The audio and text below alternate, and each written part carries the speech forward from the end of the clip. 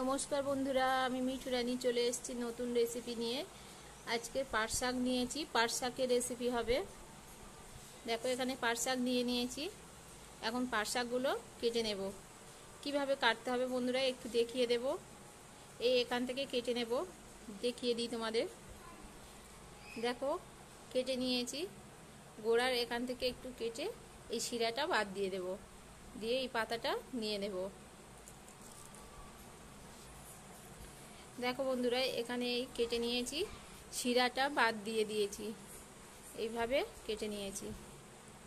আর এই শিরাটা দেখো এখানে এই শিরার গোড়ার থেকে একটু করে বাদ দিয়েছি, দিয়ে পুরো টেনে বার করে নিয়েছি।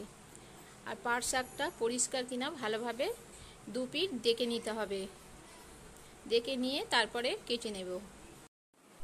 দেখো এখানে পাট শাকটা আমি কুচিয়ে নিয়েছি। আর কি কি লাগছে দেখিয়ে দেবো। শুকনো লঙ্কা, কাঁচা লঙ্কা কেটে নিয়েছি, আর রসুন থেঁতো করে নিয়েছি।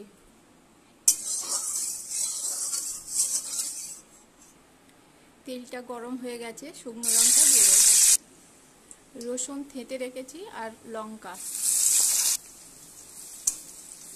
এখানে লঙ্কার পরিমাণটা একটু বেশি দিয়েছি, শাকটা একটু ঝাল ঝাল ভাজা হলে খেতে ভালো লাগবে। এখানে রসুন বাটা একদম দেয়া যাবে না, একটু থেঁতো করে দিলেই হবে। একটু হলুদ দিয়ে দেব। তেলের উপরে এখন শাক দিয়ে দেবো।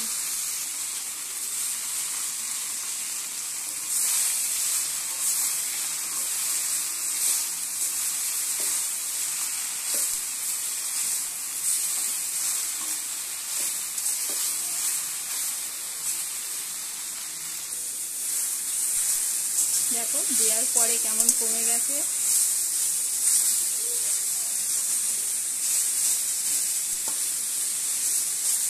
একদম অল্প হয়ে যায় এই শাকটা, দেখতে মানে অনেকটা কেটেছি, কিন্তু ভাজার পরে অল্প হয়ে যাবে। লবণ দিয়ে দেব, লবণ দিয়ে ভালো করে মিশিয়ে নেব।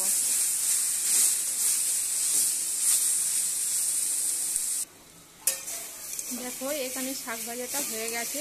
আমি একটু ঢাকা দিয়েছিলাম, দিতে জল উঠে গেছে, জলটা শুকিয়ে গেছে। এখন শাক ভাজা হয়ে গেছে। এখানে শাক ভাজা করতে গেলে যে রসুন ফোড়ন দিয়েছি, রসুনটা যেন না পুড়ে যায় বন্ধুরা। অল্প একটু ভাজা করেই তার মধ্যে শাক দিয়ে দেবে। এখন আমি তুলে নেব।